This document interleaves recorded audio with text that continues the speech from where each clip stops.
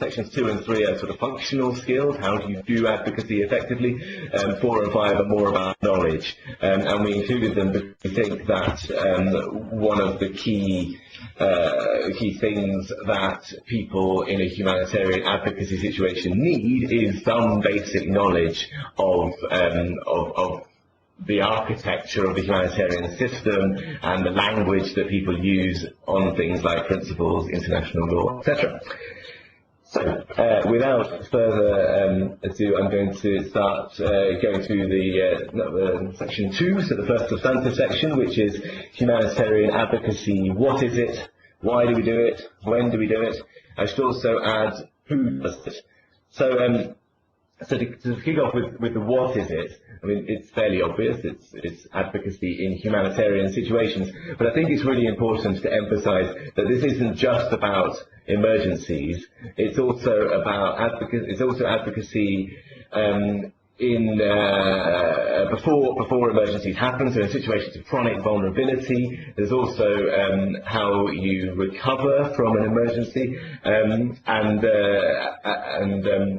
I should also sort of expand on that word emergency, because actually we're talking about 3 or 4 different scenarios. So there's the sort of classic rapid onset emergency, which is typically a weather event, or an earthquake. It's a shock, like the earthquake in Haiti, or like the floods that we're seeing right now in India and Pakistan and in Bangladesh, where it's rapid, where there's a need, from an advocate's point of view, there's a need to be very quickly mobilizing messages and thinking through what needs to change at a very rapid pace.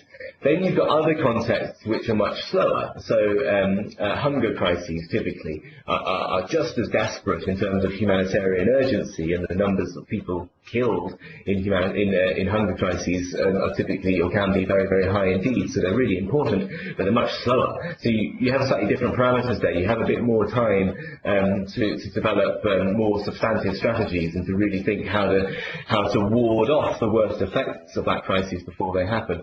And then you've got conflict crises, and they're the hardest of all, but they're unfortunately quite common these days. I mean, I think right now I've got 6 conflict crises in the world that are priorities for our global advocacy working group, and that's where a lot of the really classic humanitarian stuff comes in, humanitarian principles, all this language of neutrality and impartiality and so forth comes in when we're talking about conflict crises.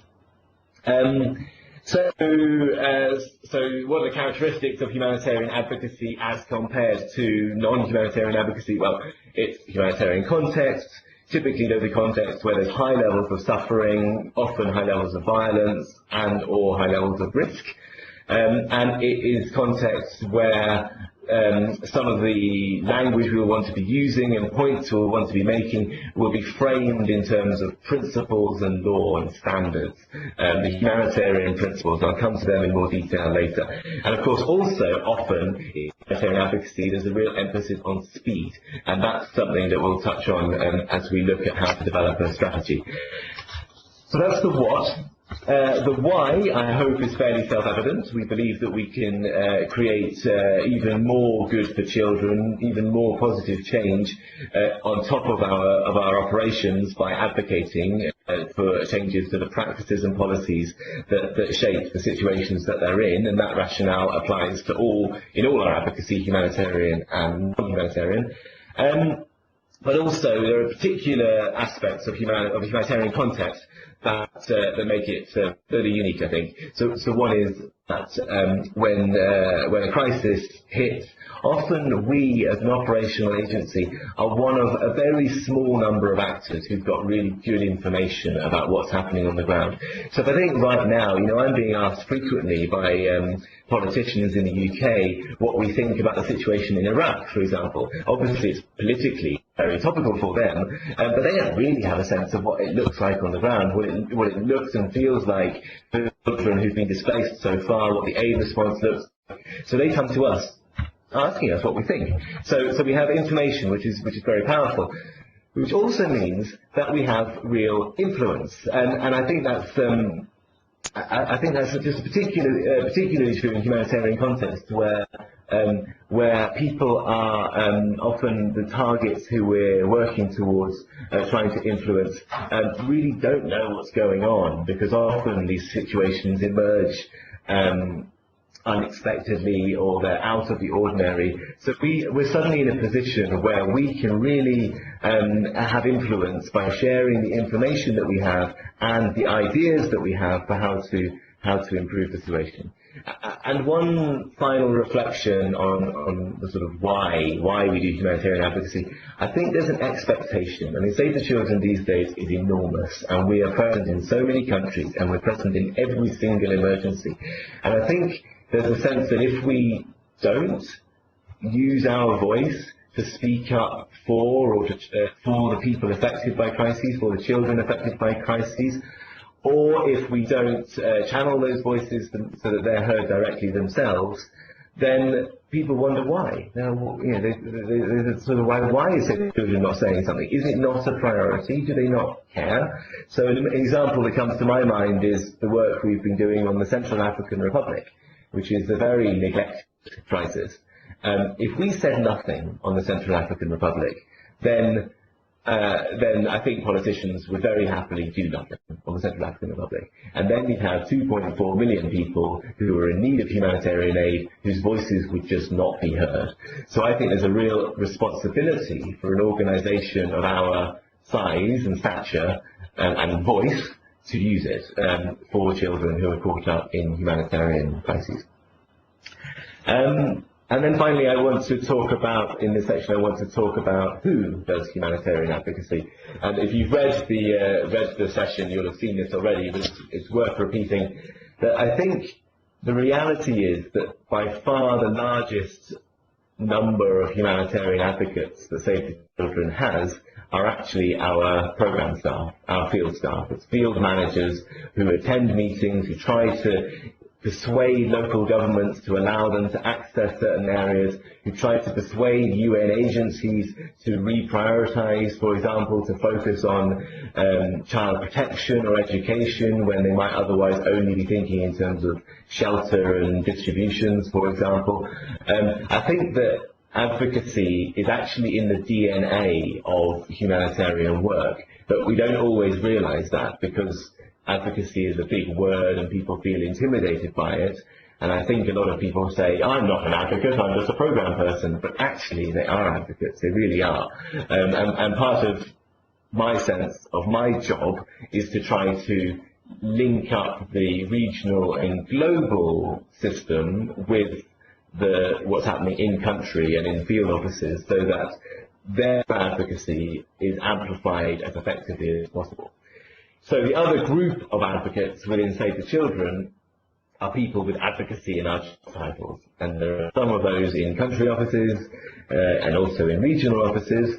And then in many of the members of the Save the Children movement, there are lots of advocates, but in particular there are a handful of humanitarian advocates, so people like me who specialise in these sorts of situations.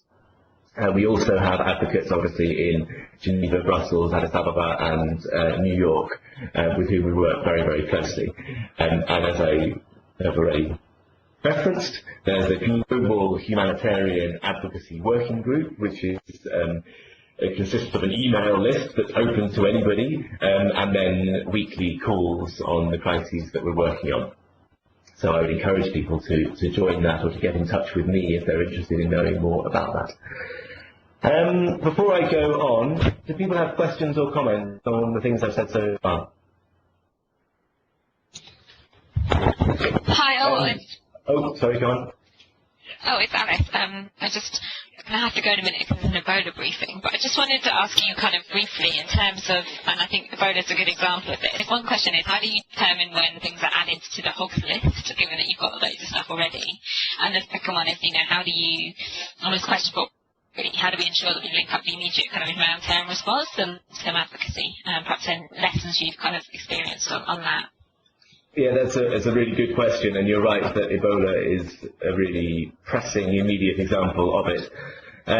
There's no hard and fast rule. My posture is that wherever possible, we need to be working with the grain of existing strategies and existing efforts. So on Ebola, for example, I'm very keen that everything we do on the humanitarian side is seamlessly joined up with and adds value to the longer term work that you guys on the Everyone campaign are doing.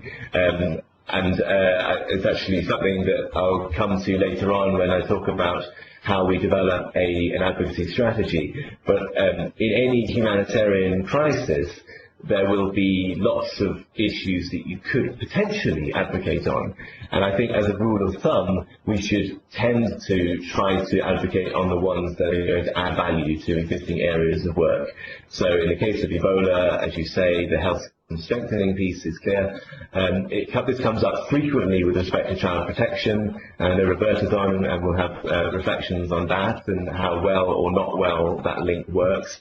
And education is another one where I feel like there's real value in the work of the humanitarian advocacy community substantiating the work that the education colleagues are doing on trying to mainstream education for everybody, even in humanitarian contexts.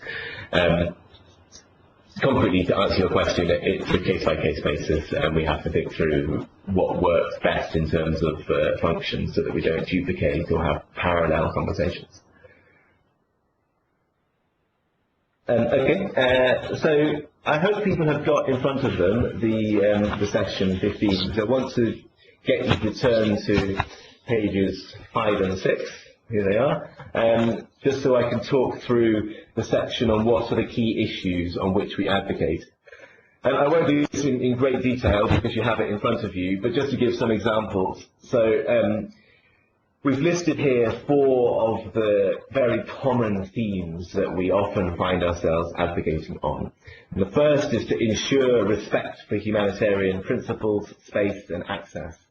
And I think, well, there are plenty of examples of this, and one that came to mind for me this morning when I was thinking about this is Somalia, where the country office has been really consistent in advocating for respect for those principles of impartiality, of the humanitarian imperative, which means responding wherever there is need, and of neutrality and independence. In a context that's very, very difficult. I mean, Somalia is supremely political, and obviously Western states have got a very strong political attitude to Somalia, which is to say that they think Al-Shabaab are a terrorist group, and they are very wary of anybody working in their territory, and certainly not working with them.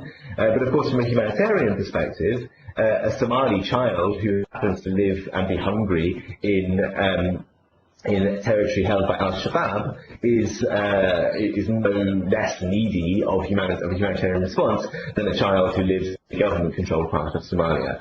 So it's been really important for the Somalia Country Office to continue to articulate those humanitarian principles and also to think about the implications of things like accepting funding from certain donors who are strongly associated with one side of the conflict rather than the other. So that felt to me like a very good example of what that could look like. And if people have questions about that, please interject. The next category of issues that we frequently talk about is to ensure that civilians, but in particular children, are protected. And in conflict crises, that's really immediate. Frequently there are awful violations of international law that lead to children being very, very vulnerable, and we're seeing that in every conflict crisis at the moment, from Syria to Iraq to Gaza to South Sudan to the Central African Republic.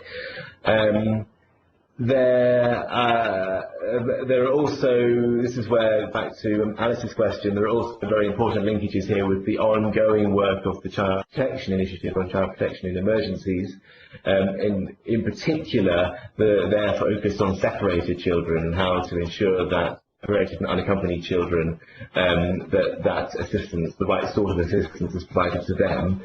And then Then there's slightly more political advocacy, which we have to gauge on a case-by-case basis, because it's often very sensitive, about things like calling for peacekeeping missions to be adequately resourced with child protection capacity. And the reason that's sensitive is because peacekeeping missions consist mainly of armed actors. Armed actors inevitably end up seeming to be, or actively being, on one side rather than the other of a conflict, and that can then put into jeopardy our ability to respond impartially. So these things will come to, but risk is a serious issue. The third set of issues that are very common is about how to get the humanitarian system really functioning properly. And that's why we've got a section on that at the end of this session.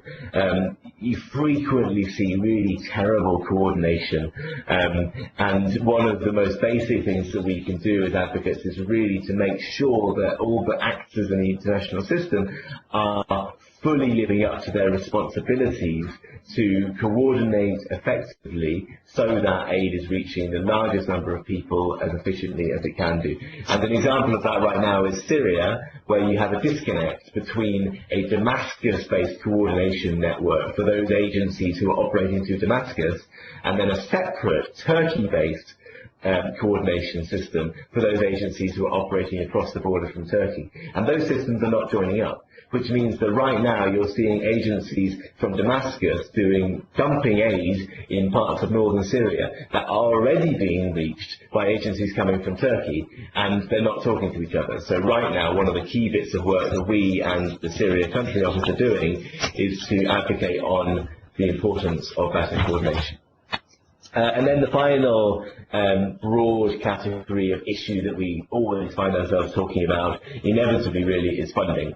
There's the question of more funding being needed, but there's also the questions of what that funding should look like.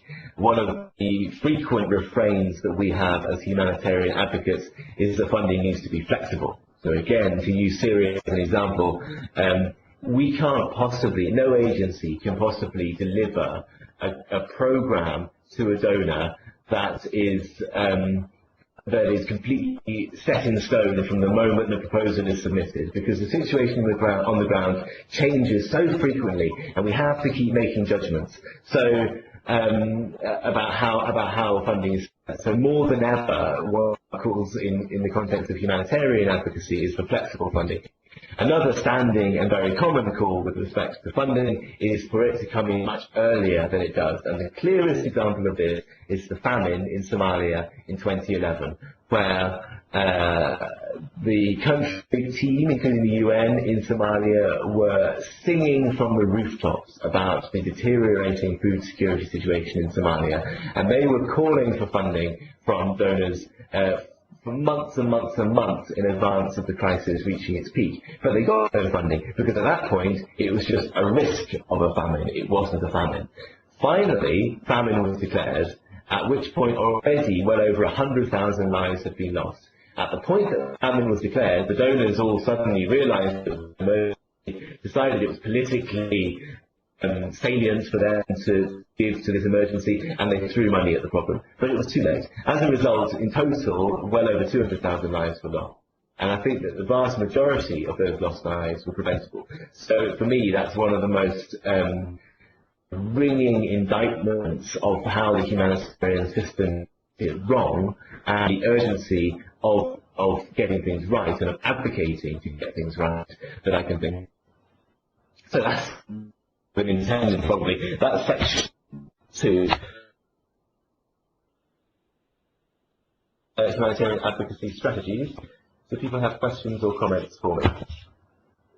I do, George. This is Roberta. Hi, I was going to ask you for comments, so thanks for coming in. Thank you for having made a lot of reference to child protection. Good advocate.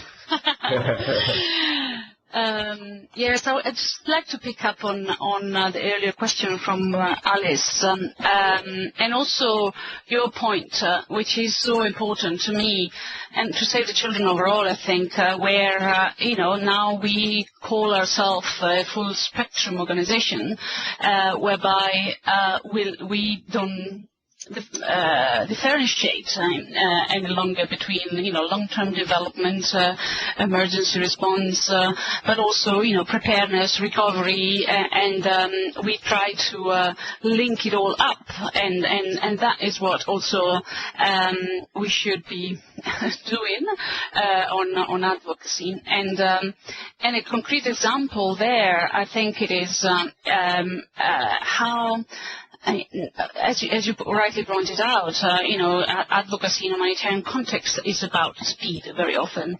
And, how can we be fast?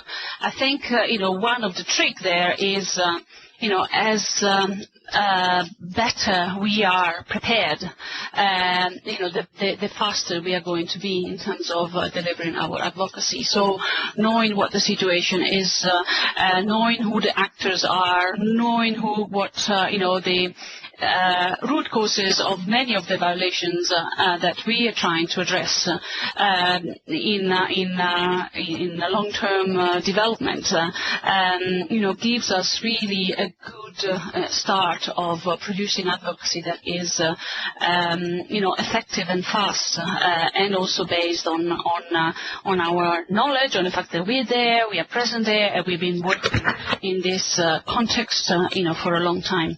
So I really think that that is where we need to become even stronger than we are, and where we really can see how advocacy is led by knowledge that is there at country level.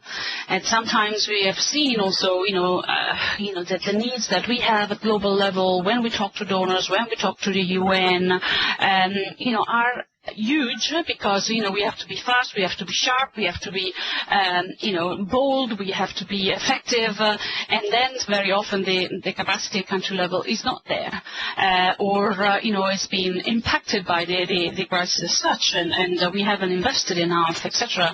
So I really think that that is an important message also to give, that, one, if we have the capacity, B, if we have prepared, then it's where, we have higher chances that, our advocacy is going to be effective, fast, and effective. Yeah. Can I serve? Hi, George. It's Cicely. Hi, Cicely. I just wanted to add something, though, and I don't disagree with any. Just introduce yourselves before you start speaking, so everybody knows where you're coming from.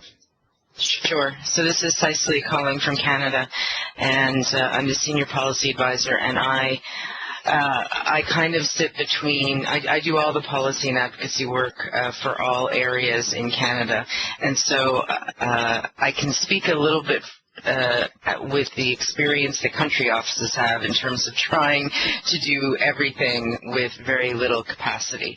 And so I just wanted to say that while I don't disagree with Roberta at all in terms of the need for investment and the need for expertise, there will be a period of time where that doesn't exist. And so I wanted to offer a little bit of thought about how to juggle around this, particularly around humanitarian, and this issue of making those links between the work that you're doing or the themes that are cross-current themes, like the Ebola health system strengthening case study example. So ultimately, as I said, when it's one person and you have to do it all, it is going to be about as much having an awareness of where the intersections happen, right? So I hope that people don't think, oh my God, I have to be, completely aware of everything to do with humanitarian for me to engage with the humanitarian group, or to bring something to the group.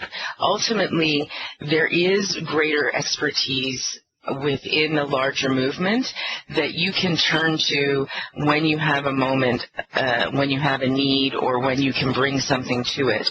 And so, I would just encourage people not to sort of think of this as an all or nothing situation, but until we have capacity at country level, then we should not engage, or we won't pay attention.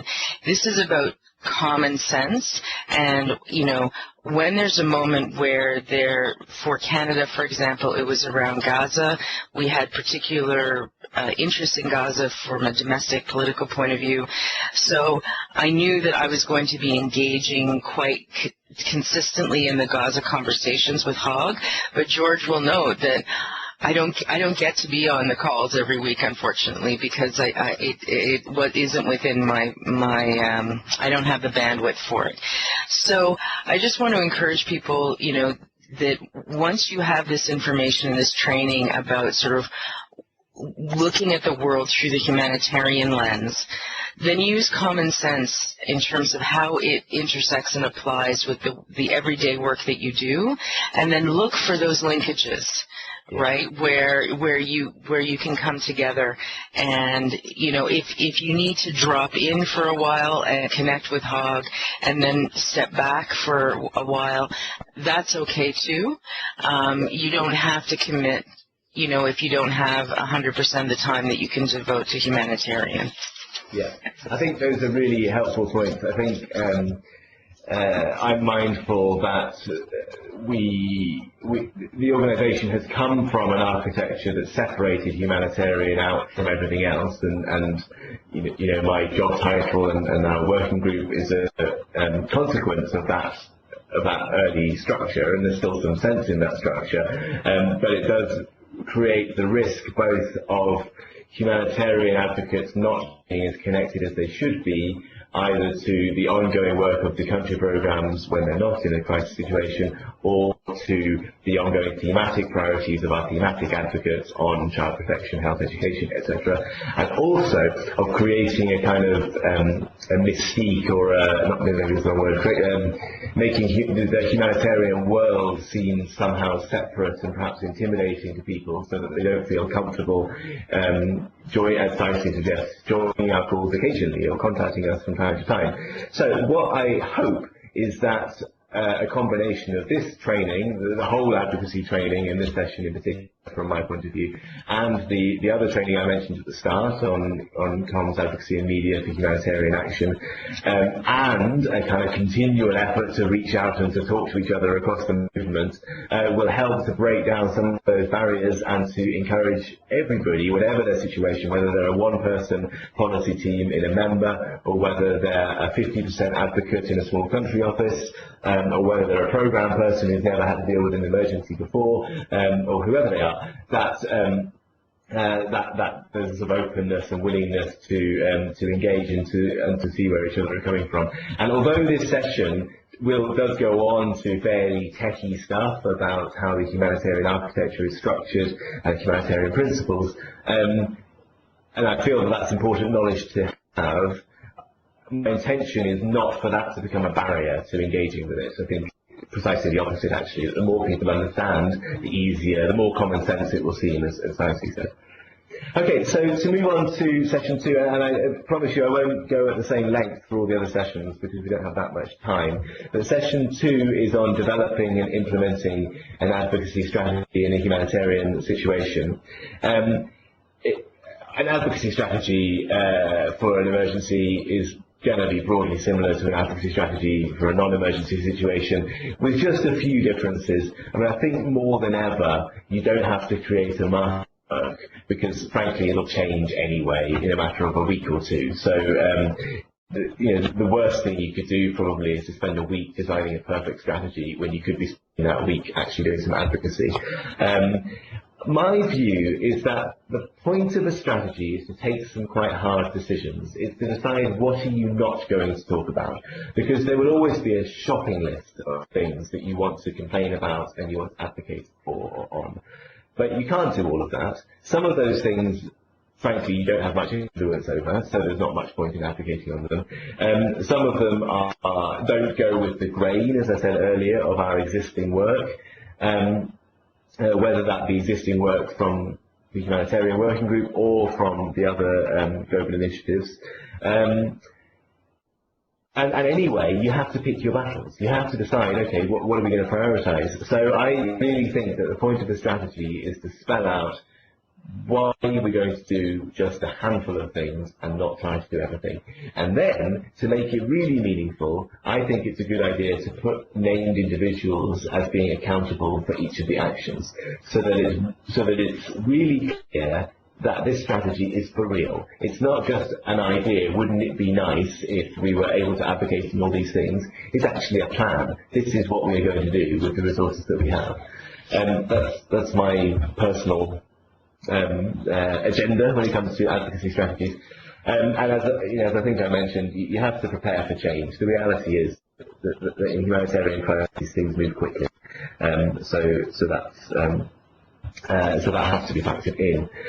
In the training session, there's then a section on who you're targeting and who are your allies. To be honest, it's fairly self-explanatory. It's the usual set of advocacy targets from governments to UN agencies and so forth, with a slight humanitarian flavour. I think one uniquely humanitarian aspect is that we, or not unique, but fairly uniquely, is that we do quite a lot of work in New York with the UN Security Council. Just trying to get them to take humanitarian issues seriously, to mandate things like child protection expertise in peacekeeping missions and so on. And I suspect other scope initiatives work less frequently with the Security Council, although I'm sure some do a little bit. So the next thing I wanted to do was to look at pages 10 and 11 of the strategy, which maybe you have in front of you. Again, just quickly to reflect on some of the points that we tried to make there. So this is a section on what are the most effective approaches to humanitarian advocacy. And then the first point it makes is you agree a set of messages and then target them intelligently. And that's really, really key. I mean, in a rapidly evolving situation, it's often really surprising how much influence you can have by having a succinct set of messages, ideally something new, something that people haven't thought of before. And because you often find you're in a situation where people don't really have a clear grasp of the situation, it means that a very good, timely, targeted product can make the difference and can really swing how people approach the situation. And I feel that's something we've done a lot in the Central African Republic, where frankly nobody knows anything. And we have produced really sort of, as I say, really simple sets of messages that have opened people's eyes to the situation and given very clear calls that then donors and political actors have been able to implement. George, can you give an example of what that message would look like? Is it a one-liner? Is it a policy brief? Just a little detail. So I just think short is always sweet. So I'm talking, well, some of the stuff I mentioned in Central African Republic is sort of 2 pages, but it could just be 1 page of bullets saying, this is the situation, and this, A, B, C, and D is what's needed.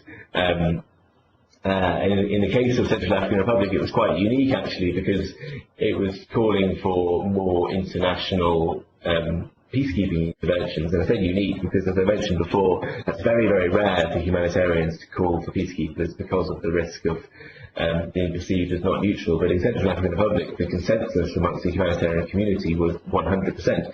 So we were able to articulate exactly where the threats were, why it was impeding humanitarian action, why it was a risk for the country and therefore a political risk that donor governments would need to take seriously, and then some concrete measures that could be taken that weren't just more money please, which is what we normally call for.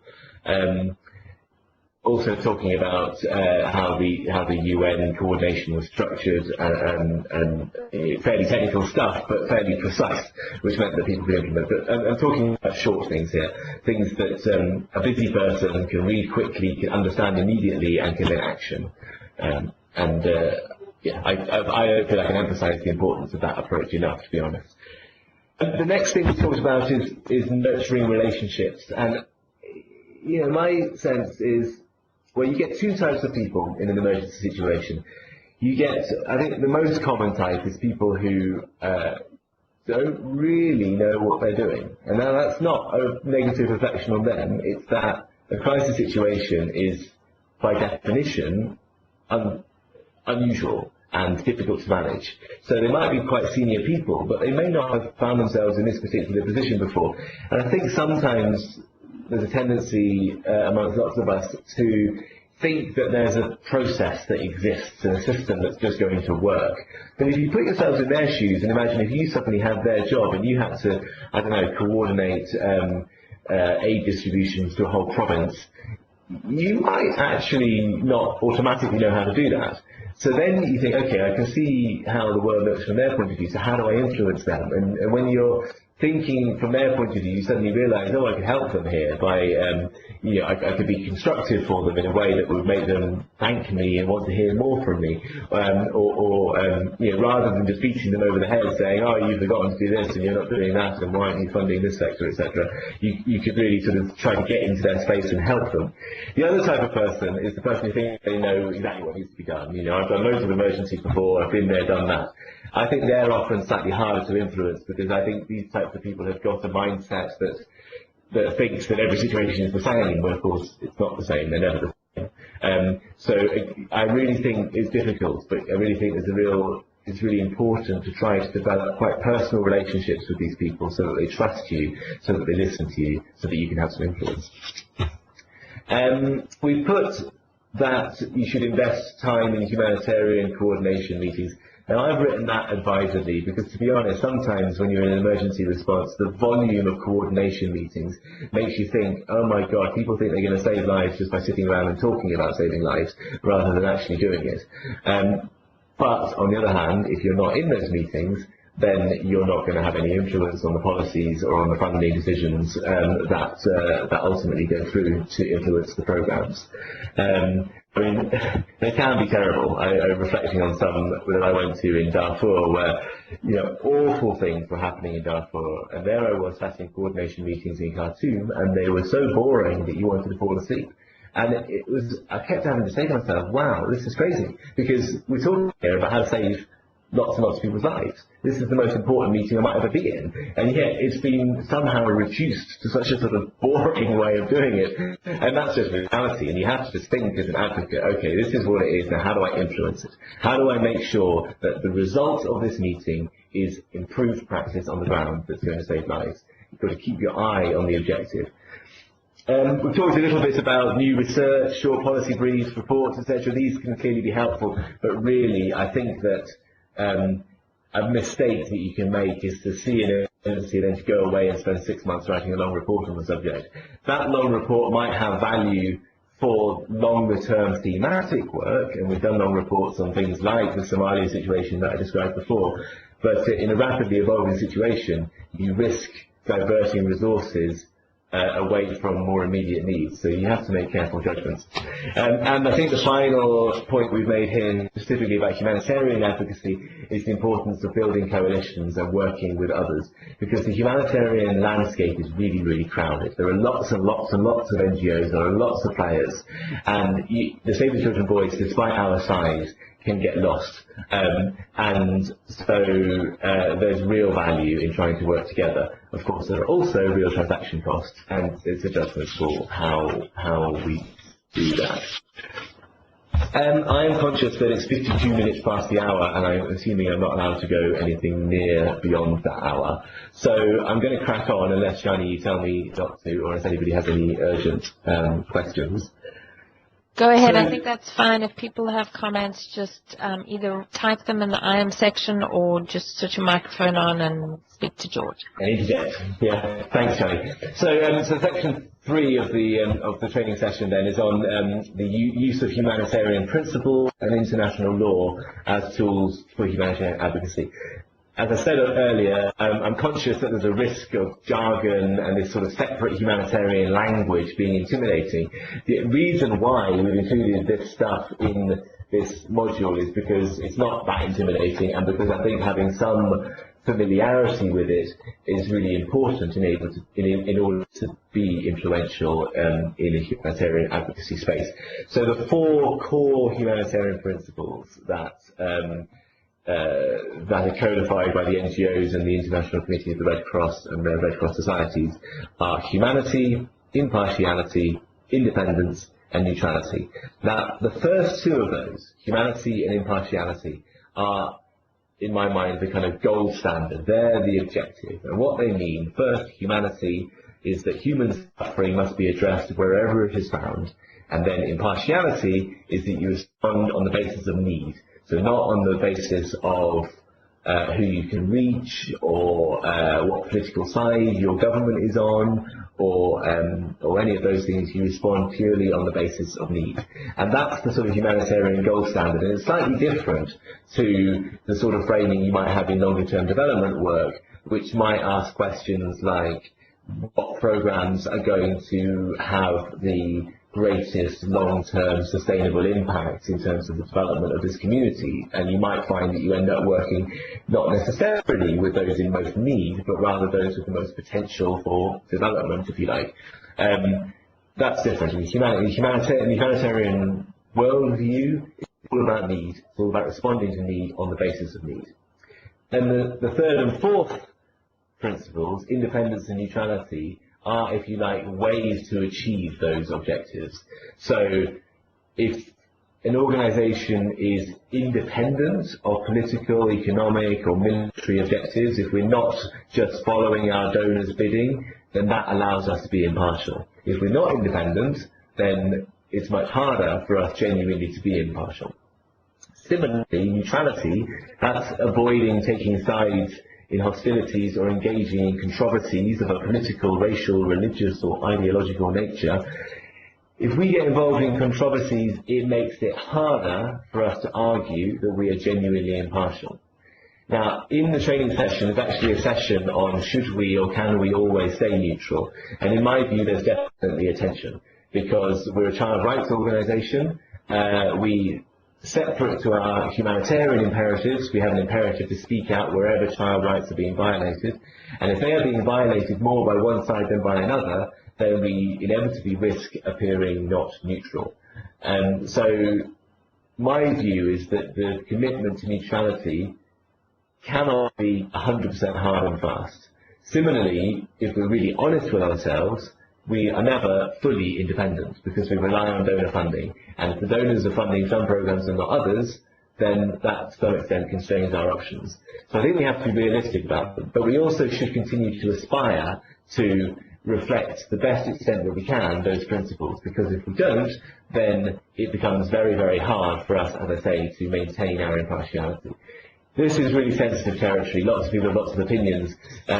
And it's important to be conscious of, because in one context it might feel okay to take sides and to be a bit non-neutral, but the impact of doing that on other crises and other situations can be quite substantial. So we need to be careful. And if I had more time, I would expand on that, but I don't have more time, so I'm afraid you'll have to just come to me for more questions. Then we touch quickly on international law. Now, international law is not a panacea, because there's not an international judiciary, and there aren't many international prisons. You know, there's the criminal court, but it hasn't prosecuted many people yet. So really its value, I think, is more about establishing norms. And one of the key bits of international law for us is IHL, International Humanitarian Law, which is this framing laws of armed conflict that says actually it says you can do things like make attacks where civilians might get killed, but you must do so in ways that are proportional to the military advantage sought, that distinguish between civilian and military objects, and wherever possible you have to use proportion. Now, I don't have time to go into this in detail. I think you should read this, but I think it's pretty important that we all have our heads around these issues, even if we're not going to use the language on a day-to-day basis. Just to have some sense of the norms that should exist in conflict, I think, is very valuable for our advocacy. And similarly, and I'm sure Roberta would raise this, the UN has framed 6 grave violations of children's rights, and these are killing or maiming of children, recruitment or use of child soldiers, rape and other forms of sexual violence against children, abduction of children, number 5, attacks against schools or hospitals, and number 6, denial of humanitarian access to children. And the importance of those 6 is that they have a sort of UN mandated status. So those aren't just nice things that we wish didn't, or nasty things rather, that we wish didn't happen in the world. They are things that constitute, in technical language, grave violations of children's rights. So we often use that language in our advocacy, albeit with caveats, because there are risks around calling out violations of rights, particularly in conflict situations. I have 2 minutes left, so I'm really sorry that I'm doing this so quickly. Please do read the session for more information, and ask me questions by email if you have any. So the fourth section is on navigating the humanitarian system. I talked about Sudan before. When I worked in Sudan, it just continually surprised me how nobody, including the senior managers, directors of the programs I was working with, really understood how the UN system was supposed to work. Nobody got it. And I just think that's crippling for our advocacy. You have to understand it. You have to know what the custom mechanism is, who the humanitarian coordinator is, what power that person has, what the humanitarian country team is, how that operates and what that should look like, so that if it's not working, we can influence it to work properly. And also, we should be encouraging our leaders in our country offices, so our country directors and our response team leaders, to participate in these forums, so that Save the Children's voice is at the table. It's not always easy. People often find themselves, in a situation that they didn't expect, and they've never had the experience they would need to have in order to understand this structure. So that's why we've included a whole section on humanitarian coordination in this session. And again, I would encourage you to go away and read it. By my clock, it's exactly on the hour, so I think I probably need to stop, unless anybody has any burning questions. Great, thanks George, really appreciate it, and to everybody, sorry about our slow start, fire alarms do that. Any last minute questions for Graham? Feel free, for George, feel free to also type them in the bottom section or email them to me and I can forward them to George, or email George directly. I hope this course has also encouraged you to have a conversation with any of the humanitarian staff that you have in your office. The program staff to talk to the advocates to speak to the program staff. Everybody's an advocate,